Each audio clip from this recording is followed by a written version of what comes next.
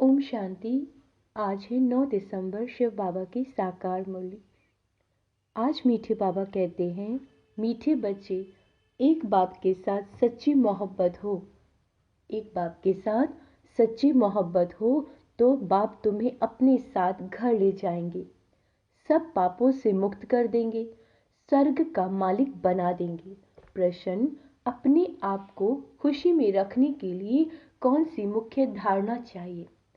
बाबा कहते हैं, खुशी में तभी रह सकते हो जब अपने आप से रूरिहान करना आता हो, किसी भी चीज में आसक्ति ना हो, 2 रोटी पेट को मिले बस, ऐसी अनासक्त वृत्ति को धारण हो, तब हर्षित रहेंगे। ज्ञान का मनन कर स्वयं को हर्षित रखो। तुम कर्म योगी हो, कर्म करती, घर का काम करती, खाना आदि खाते भी बाप को याद करो। स्वदर्शन चक्र बुद्धि में घूमता रहे तो बहुत खुशी रहेगी। गीत है, न वो हमसे जुदा होंगे। ओम शांति। मीठे मीठे बच्चों ने गीत सुना। यह है बच्चों की व आत्माओं की अपनी परम पिता परमात्मा के साथ रूहानी मोहब्बत। कैसी है ये रूहानी मोहब्बत? ये रूहानी मोहब्बत सिर्फ तुम ब्राह्मण बच्चों की ही होती है। तुम अपने को आत्मा निश्चय करते हो, परंतु जब कहते हो कि आत्मा सो परमात्मा, तो आत्मा किसके साथ मोहब्बत रखे? मोहब्बत होती है बच्चों की बाप के साथ। बाप बाप की मोहब्बत नहीं होती। अभी तुम समझते हो हम आत्माएं अपने परम पिता परमात्मा के साथ मोहब्बत जोड़ रही हैं। यह मोहब्बत ही तुमको साथ ले जाती है। तुम रूहानी मोहब्बत बाप के साथ रखते हो तो तकलीफ भी सहन करनी पड़ती है। सारी दुनिया घर के भांति आदि सब दुश्मन बन जाते हैं। बच्चों को समझाया कि पतित पावनी गंगा नहीं है। मनुष्य पावन होने के ख्याल से गंगा या यमुना के तट पर हरिद्वार काशी में जाकर बैठते हैं। मुख्य स्थान ये 2 हैं। कहते हैं, हे पतित पावनी गंगा। बाबा कहते, अब वह गंगा तो सुनती ही नहीं। सुनने वाला एक पतित पावन बाप है। अभी तुम उस बाप के सम्मुख बैठे हो। बाप बतला रहे हैं, तुम पावन कैसे बनोगे? पानी की गंगा थोड़ी ही कहती है मामे कम याद करने से तुम्हारे विकर्म विनाश होंगे। अब बाप कहते हैं, क्या कहते हैं? मैं प्रतिज्ञा करता हूं, अगर तुम मुझ बाप को याद करोगी तो तुम्हारे विकर्म विनाश होंगे। गारंटी देते हैं, गंगा तो गारंटी दे ना सके। जैसे मनुष्य रावण को वर्ष वर्ष जलाते आए हैं, परंतु रावण मरता ही नहीं, वैसे गंगा में स्नान भी जन्म जन्मांतर करते आए हैं, परंतु पतित से पावन कोई बनते ही नहीं। फिर स्नान करने जाते रहते हैं। एक बार पावन बने तो फिर क्यों जाते हो स्नान करने? कितने मैले लगते हो। उनको फिर परम आत्मा परमात्मा का संगम नहीं कहेंगे। भक्ति मार्ग में भीड़ लगती है मेले पर। अभी तुम बाप के साथ बुद्धि योग लगाते हो। तुम जानते हो हम आत्माएं आशिक बनी है। आत्मा ही भगवान को याद करती है शरीर द्वारा। बाप कहते हैं, मैं भी इस शरीर द्वारा तुमको पढ़ा रहा हूं। इसीलिए हमेशा बाबा को याद करते रहो। बाबा कहने से स्वर्ग जरूर याद आएगा और अपना मुक्ति धाम घर भी याद आएगा। मुक्ति को निर्वाण धाम भी कहते हैं। यह है साकारी दुनिया। जब तक आत्माएं यहां न आए तो साकारी दुनिया कैसे बढ़े? आत्माएं निराकारी दुनिया से आती है। मनुष्य सृष्टि बढ़ती जाती है। कोई समझते हैं नेचुरल बढ़ती रहती है। तुम जानते हो आत्माएं यहाँ आती हैं, वृद्धि को पाती रहती हैं। बच्चों को मालूम हुआ है कि स्वीट होम शांति धाम है। स्वीट होम क्या है? शांति धाम। अब बाबा कहते हैं शांति तो बहुत लोग पसंद करते हैं। तुम जानते हो शांति धाम तो हमारा स्वीट गॉड फादरली होम है। भारतवासी विलायत से आते हैं तो कहते हैं हम अपने स्वीट होम में भारत में जाते हैं। जहाँ जन्म लेते हैं वह देश प्यारा लगता है।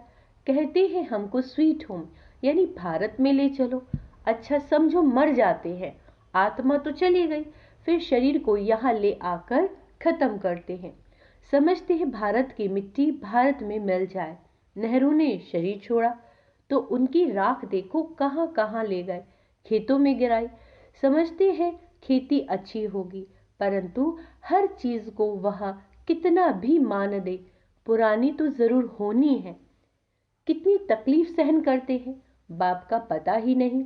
तुम बाप को जानकर बाप से वर्षा ले रहे हो तो दिल होती है ना। जब हम जान गए शिव बाबा को तो हम वर्षा ले रहे हैं, तो हमारी क्या दिल होती है कि जो हमारे मित्र संबंधी आदि हैं उनको भी स्वर्गवासी बनाएं, यानी उनको भी शिव बाबा से वर्षा मिले। किसी को तुम कहो स्वर्गवासी बनो तो कहेंगे तुम मारना चाहते हो क्या।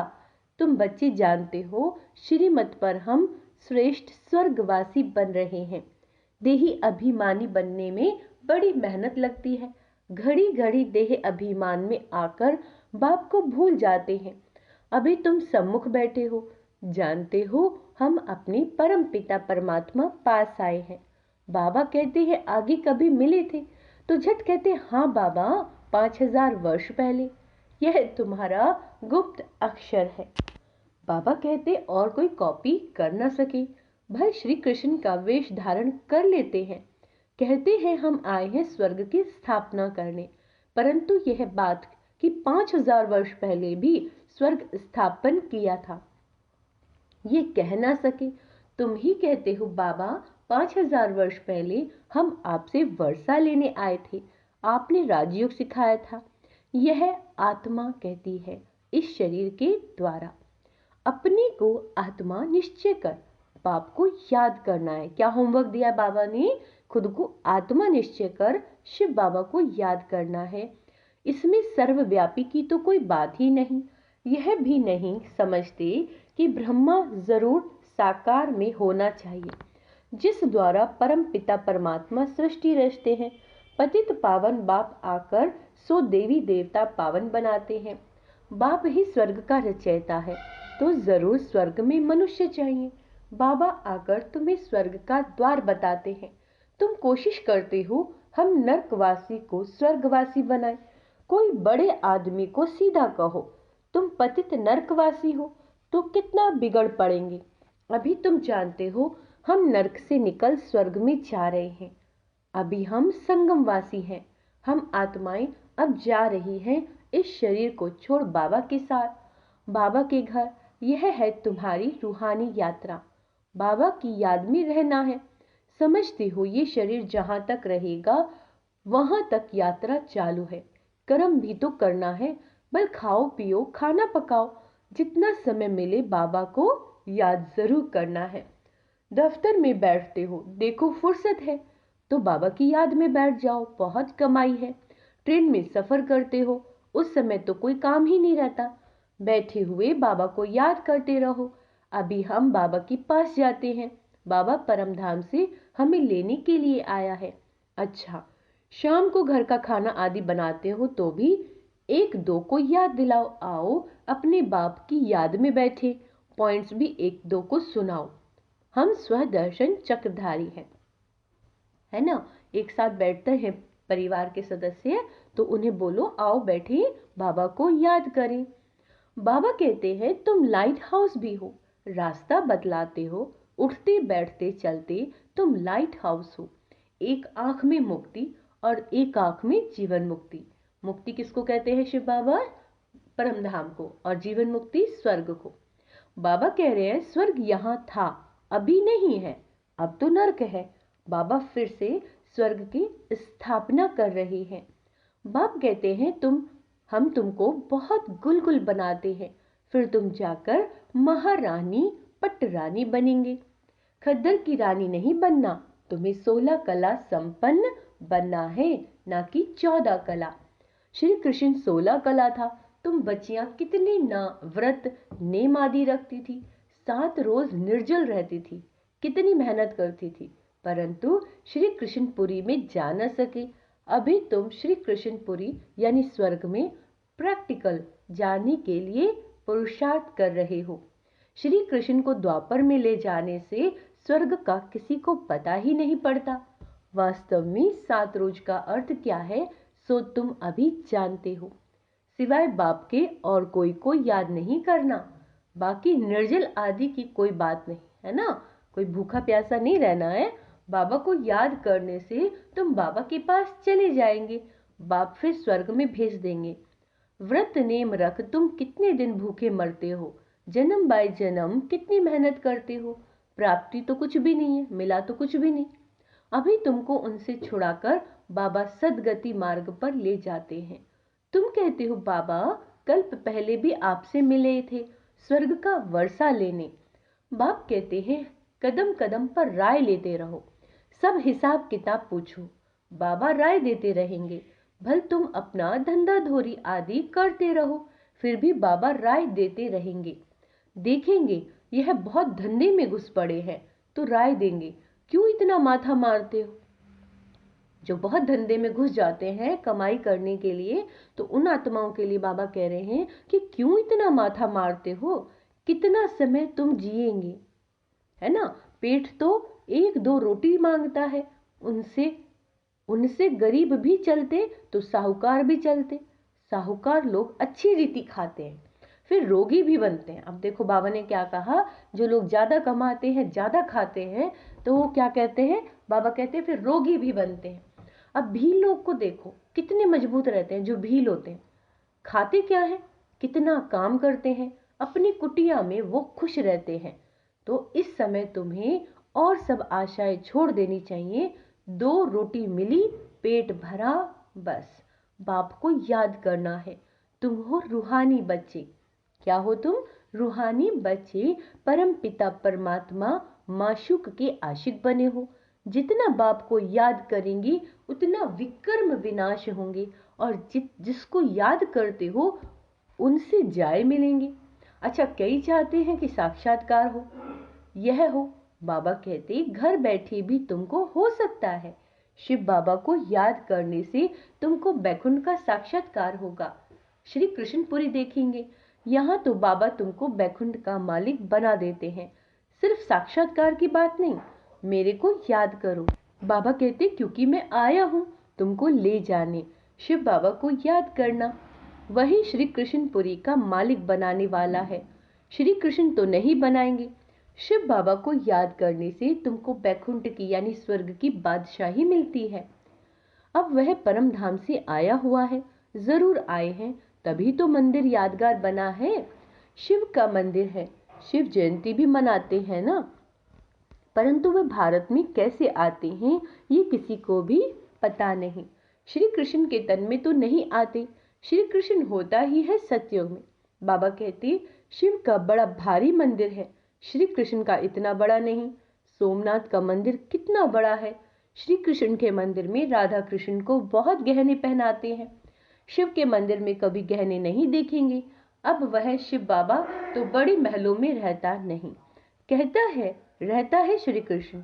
बाबा कहते हैं मैं महलों में रहता ही नहीं, परंतु भक्ति मार्ग में कितना बड़ा आलीशान हीरे जवाहरात का मंदिर बनाया है, जिनको शिव बाबा द्वारा स्वर्ग का वर्षा मिला। उन्होंने ही उनका मंदिर इतना ऊंचा बनाया, यादगार के लिए कितना बड़ा मंदिर बनाया, तो वह खुद कितने न साहूकार होंगे। मंदिर बहुत अच्छा बनाते हैं। मुंबई में बबरीनाथ का शिव का मंदिर है, लक्ष्मी नारायण का माधव बाग में है। बाप कहते हैं हम तुमको स्वर्ग का मालिक बनाते हैं, तो भक्ति मार्ग में तुम कितना भारी मंदिर बनाते हो, और अभी देखो कैसे झोपड़ी में बैठा हूँ। तुम्हारा भी नाम बाला होना है। तुम जानते हो हमारा फिर मंदिर बनेगा। हमारे बाप शिव के भी बहुत मंदिर हैं। कमाल है जिन्होंने सोमनाथ का मंदिर बनाया, वो कितने धनवान होंगे। अभी तो कितना गुप्त है, कोई को पता नहीं। तुम जान गए हो, फिर कैसे शिव बाबा का मंदिर बनाना पड़ेगा। भक्ति मार्ग में आएंगे मम्मा बाबा, जो पहले नंबर में पूज्य बनते हैं, बैकुंठ के मालिक बनते हैं, फिर अपने पहले पहले पुजारी बन मंदिर भी उनको ही बनाना है। तो दिल में कहेंगे ना हम ही पुजारी बन मंदिर बनाएंगे। ऐसी ऐसी बातों में रमण करने से फिर ये पुरानी दुनिया भूल जाएगी। आपस में भी ऐसी ऐसी बातें करनी चाहिए तो तुमको खुशी बहुत रहेगी। अपने से रूह रिहान करो। सुप्रीम रूह बेड तुम्हारी रूह को रिझाते हैं, इस ज्ञान से हर्षित बनाते हैं। तुम कहते हो हम कल्प बाद फिर से आए हैं, अनेक बार बाप से मिले, वर्षा पाया, ऐसे ऐसे आपस में बातें करनी चाहिए। फिर तुम कर्म योगी भी हो, भल घर में खाना आदि पकाओ, खुशी रहेगी। तुम 84 जन्मों की हिस्ट्री ज्योग्राफी को जानते हो। हम अभी ब्राह्मण बने हैं, फिर देवता बन राज्य करेंगे, पुजारी से पूज्य बनेंगे, फिर महल आदि बनाएंगे। अपनी ही हिस्ट्री ज्योग्राफी सुनाते रहो। हमारी हिस्ट्री ज्योग्राफी चक्र कैसे लगाती है? बाबा कहते हैं इसको ही स्वदर्शन चक्रधारी कहा जाता है। तुम तीनों लोगों को जानने वाले हो, ज्ञान का नेत्र तुम्हारा खुला है। यह चक्र याद करने से तुमको बड़ी खुशी रहनी चाहिए। बाप को भी खुशी रहती है। अभी तुम सेवा में उपस्थित हो, तुम सेवाधारियों के मंदिर बाद में भक्ति मार्ग में बनेंगे। तुम सेवाधारियों के मंदिर फिर बाद में भक्ति मार्ग में बनेंगे। अभी मैं तुम बच्चों की सर्विस में आया हूँ, तुमको स्वर्ग का पूरा वर्षा देने। जितना जो पुरुषार्थ करेंगे उस अनुसार स्वर्ग के मालिक बनेंगे। अच्छा, मीठे मीठे सिक्के लदे बच्चों प्रति माता पिता बाप दादा का याद प्यार और गुड मॉर्निंग। रूहानी बाप के रूहानी बच्चों को नमस्ते। हम रूहानी बच्चों की रूहानी बाप दादा को याद प्यार, गुड मॉर्निंग, नमस्ते मीठे बाबा, शुक्रिया बाबा, शुक्रिया। धारणा के लिए मुख्य सार। बाबा कहते हैं चलते फिरते लाइट हाउस बन सभी को रास्ता बताना है। सब आशाएं छोड़ एक बाप की याद में रहना है, बाप से राय लेते रहना है, ज्ञान की बातों में ही रमण करना है, अपने आप से बातें करनी है, स्वदर्शन चक्र फिराते सदा हर्षित रहना है। वरदान, योग की धूप में आंसुओं की टंकी को सुखाकर रोना प्रूफ बनने वाले सुख स्वरूप भाव। कई बच्चे कहते हैं कि फलाना दुख देता है इसलिए रोना आता है, लेकिन वह देते हैं, आप लेते क्यों हो? उनका काम है देना, आप लो ही नहीं। परमात्मा के बच्चे कभी रो नहीं सकते। रोना बंद, न आंखों से रोना न मन का रोना। जहां खुशी होगी वहां रोना नहीं होगा। खुशी व प्यार के आंसू को रोना नहीं कहा जाता। तो योग की धूप में आंसू की टंकी को, योग की धूप में आंसू की टंकी को सुखा दो। विघ्नों को खेल समझो तो सुख स्वरूप बन जाएंगे। बाबा कहते साक्षी रहकर पार्ट बजाने का अभ्यास करो तो टेंशन से परे स्वतः अटेंशन में रहेंगे। तो इस ड्रामा को हमें क्या करना है? साक्षी होकर देखना है। आज का स्वमान अभ्यास करेंगे। मैं साक्षी दृष्टा आत्मा हूँ, मैं सुख स्वरूप आत्मा हूँ, मैं स्वदर्शन चक्रधारी आत्मा हूँ, मैं लाइट हाउस माइट हाउस फरिश्ता हूँ। ओम शांति।